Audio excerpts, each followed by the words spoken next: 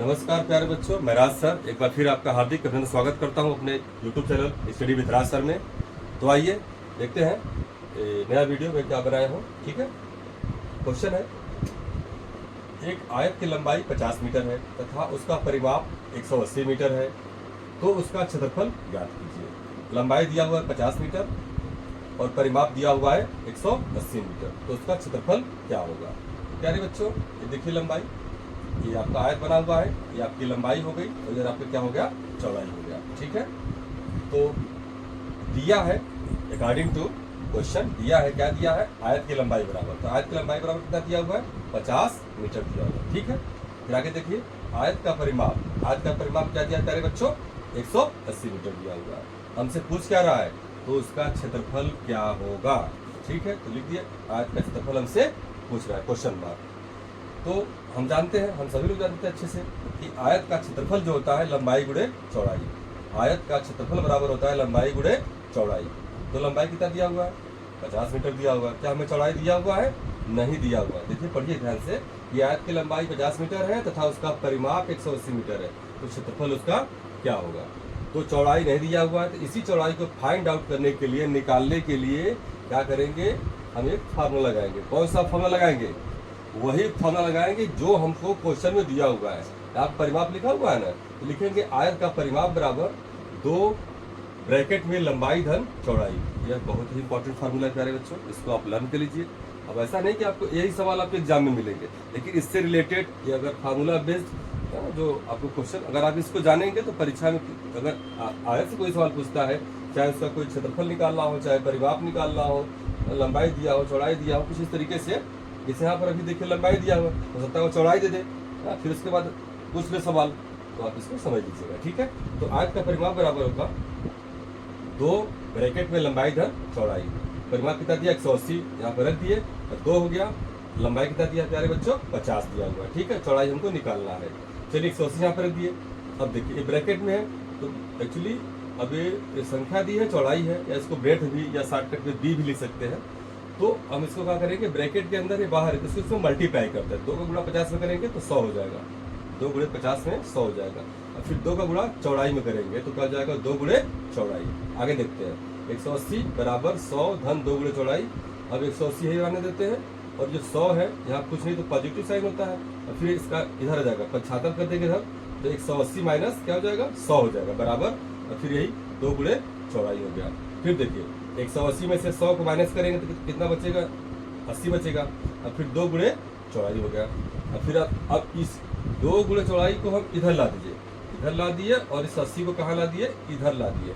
इसलिए ला दिए प्यारे बच्चों कि चौड़ाई का हमको मान निकालना है। अगर चौड़ाई का मान निकाल लेंगे तब जाकर के आयत का क्षेत्रफल हमारा आएगा। तो चौड़ाई बराबर हो जाएगा 80, इसको 80 वाले को इधर कर दिए और इसको इधर कर दिए, तो चौड़ाई बराबर हो जाएगा 80/2, क्योंकि यहाँ पे गुणे के रूप में है तो यहाँ पे भागे के रूप में आ जाएगा। तो चौड़ाई बराबर जाएगा 80/2, काट देंगे इसको, 2 कम 2, ये हो जाएगा 40 बार में कैंसिल हो जाएगा। तो हमको निकल गया कि इसकी जो चौड़ाई कितनी है, 40 मीटर है, बस क्षेत्रफल तुरंत निकल जाएगा।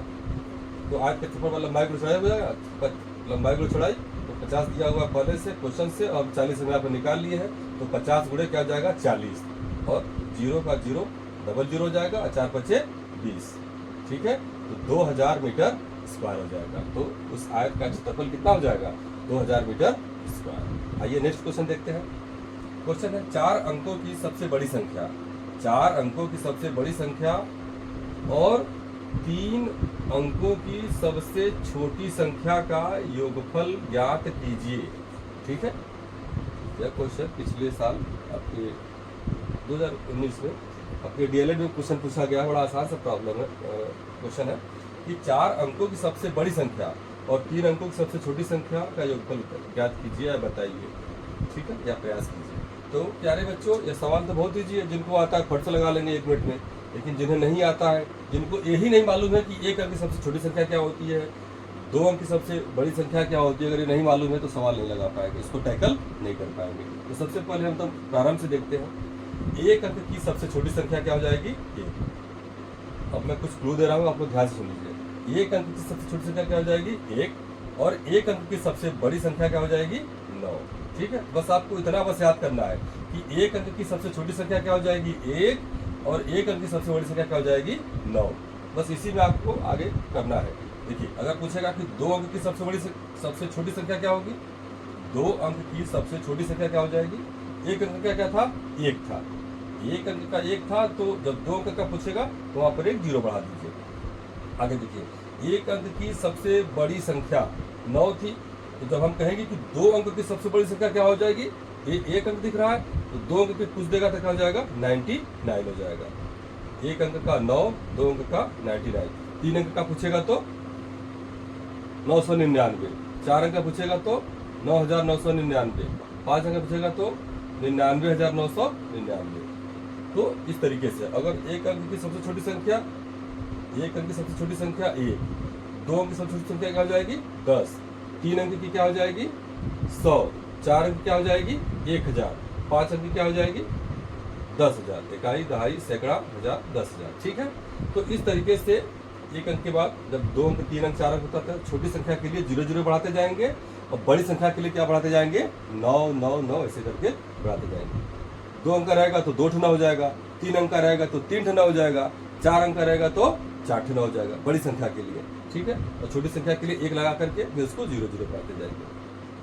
तो क्वेश्चन क्या पूछा है, 4 अंकों की सबसे बड़ी संख्या, तो 4 अंकों से बड़ी संख्या क्या हो जाएगी, बड़ी के लिए भी होता है 9 9 9 करेंगे तो 1 2 3 4 हो गया। 4 अंक की बड़ी संख्या 1 2 3 4, अगर 5 का था तो एक और 9 लिख दीजिए, 6 का था तो एक और कर देते, जबकि 4 क्वेश्चन में 4 ही पूछा हुआ है तो लिख दिए 1 2 3 4 हो गया 9,999। 4 अंक की सबसे बड़ी संख्या और 3 अंक की सबसे छोटी संख्या। 3 अंक की सबसे छोटी संख्या का मतलब क्या हो गया, 1 लिख दिए और उसके बाद 0। 3 अंक पूछ रहा था 1 2 3, 4 का जाता तो 1 0 और हो जाता। ठीक है, लेकिन 3 ही कर रहा है, 1 लिख कर 1 2 3, 1 लिख करके 2 सुनना होगा। तो उसका क्या पूछ रहा है, योगफल पूछ रहा है। योगफल का मतलब क्या होता है, जोड़।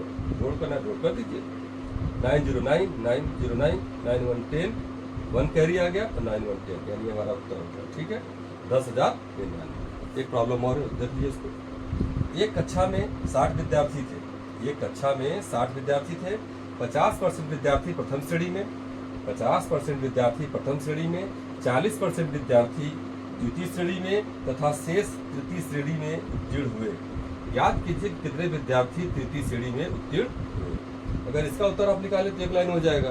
अगर मल्टीपल चॉइस क्वेश्चन है, देखिए 50% फर्स्ट डिवीजन में, फर्स्ट श्रेणी में, और 40% सेकेंड में। तो पूछ रहा है तृतीय, तो 50 फर्स्ट वाले हो गए, सेकेंड 50 जो है कि फर्स्ट डिवीजन वाले हो गए, और 40% क्या हो गए, तो 50 और 40 कितना हो गया 90 हो गया। तो एक्चुअली कोई चीज़ क्या होता है 100% होता है, तो 100 में से 90 घटाए कितना हो जाएगा 10%, यानी कि 60 का 10%। चाहे तो हम तुरंत यहाँ पर लगा देते हैं, यहाँ पे 60 का 10%, तो 10% में तो 10/100 हो जाएगा, फिर 2 0 2 0 कट से होगा, कितना उत्तर आ गया 6। यानी कि जो थर्ड डिवीजन में थे या तृतीय श्रेणी में कितने बच्चे उत्तीर्ण हुए, तो आप डायरेक्ट लगा देंगे कि 6 स्टूडेंट, 6 विद्यार्थी। कितने बच्चों 6 विद्यार्थी। ठीक है, उत्तीर्ण हुए। ठीक है, लेकिन अगर मान लीजिए आपको लगाना हो, जैसे डीएलएड में आपको सवाल लगाना पड़ता है, अगर सवाल के रूप में जब लगाएंगे तो पूरा विधिवत आपको लिखना पड़ेगा। क्या लिखना पड़ेगा, देखिए कुल विद्यार्थियों की संख्या बराबर 60। सवाल में दिया हुआ ना, एक कक्षा में 60 विद्यार्थी थे, तो आप ऐसे लिखेंगे कि कुल विद्यार्थियों की संख्या बराबर 60। ठीक है, आगे प्रथम श्रेणी में उत्तीर्ण विद्यार्थी, प्रथम श्रेणी में उत्तीर्ण विद्यार्थी तो कितने हुए 50% हुए, तो 50% कितने का हुए 60 का हुए है ना, टोटल संख्या हमारी 60 है, टोटल संख्या हमारी 60 है, 60 का 50%। एक बार फिर से, प्रथम श्रेणी में उत्तीर्ण विद्यार्थियों की संख्या बराबर कुल 60 थे, तो 60 का ही तो 50% फर्स्ट डिवीजन में पास हुए हैं, प्रथम श्रेणी में पास हुए हैं, तो 60 का 50% बराबर 60 का माने गुणा हो जाएगा, 50% माने 50/100 हो जाएगा। ये 0 ये 0 ये 0, 2 0 नीचे था, 1 0 1 0 कैंसिल हो जाएगा, ऊपर क्या बचा 6 पंजे 30 विद्यार्थी। यानी कि प्रथम श्रेणी में जो उत्तीर्ण विद्यार्थी थे उनकी संख्या कितनी थी 30। आगे देखिए 40% द्वितीय है, तो वही चीज लिखेंगे फिर, द्वितीय श्रेणी में उत्तीर्ण विद्यार्थियों की संख्या बराबर 60 का 40%, टोटल तो 60 ही है, तो उसी का 40% निकाल दिए, 60 का 40% हो जाएगा 60 गुणे 40/100, 60 गुणे 40/100, फिर वही 00 इससे का हो जाएगा, कैंसिल हो जाएगा। 6 चौके 24। कुल कितने विद्यार्थी हो गए प्यारे बच्चों सेकंड डिवीजन में? 24 विद्यार्थी हो गए। ठीक है, फर्स्ट डिवीजन में 30, सेकंड डिवीजन में 24। हमसे पूछ क्या रहा है, तृतीय श्रेणी में कितने, तृतीय श्रेणी में कितने विद्यार्थी उत्तीर्ण हुए। तब तृतीय श्रेणी में उत्तीर्ण विद्यार्थियों की संख्या कैसे निकालेंगे? कुल विद्यार्थी माइनस तृतीय श्रेणी में उत्तीर्ण विद्यार्थी संख्या बराबर कुल विद्यार्थी माइनस फर्स्ट डिवीजन और सेकेंड डिवीजन, या प्रथम श्रेणी और द्वितीय श्रेणी के योग कर लेंगे। तो योग करके इसमें से माइनस कर लेंगे। तो कुल विद्यार्थी कितने हैं प्यारे बच्चों? 60 है, माइनस कर दिए। फर्स्ट डिवीजन वाले कितने हैं? 30 है। फर्स्ट डिवीजन वाले कितने हैं? 30 है। और सेकेंड डिवीजन वाले कितने हैं? 24 है। तो 30 धन 24, एक ब्रैकेट में लिख लेंगे दोनों को। तो 60 हो जाएगा, 30 और 24 कितना, 30 20 50 54 हो जाएगा। ठीक है, तो 60 में से 54 जाएगा, कितना बचेगा? 6 विद्यार्थी। यानी कि जो थर्ड डिवीजन वाले कितने बच्चे हैं, या तृतीय श्रेणी वाले कितने बच्चे पास हुए? कुल 6 विद्यार्थी पास हुए। तो ठीक है प्यारे बच्चों, आशा करता हूँ कि ये सवाल आपको समझ में आ गया होगा। ठीक है, ऐसे आप लोग मेहनत करिए, हिम्मत मत हारिए, आप लगे रहिए। अपने स्तर से जो भी होगा मैं आपका पूरा प्रयास करूँगा, आपको सीखने सिखाने के पूरा अवसर दूंगा, मेहनत करूंगा। और आप भी घर पे मेहनत करें, माँ बाप के सपनों को पूरा करना है प्यारे बच्चों। तो ठीक है, और अलग से कोई आपको नहीं मिलने वाला, आपकी जो ताकत है इसी से आप अपने जीवन को संवार सकते हैं। तो ठीक है प्यारे बच्चों, मिलते हैं फिर हम नेक्स्ट वीडियो में।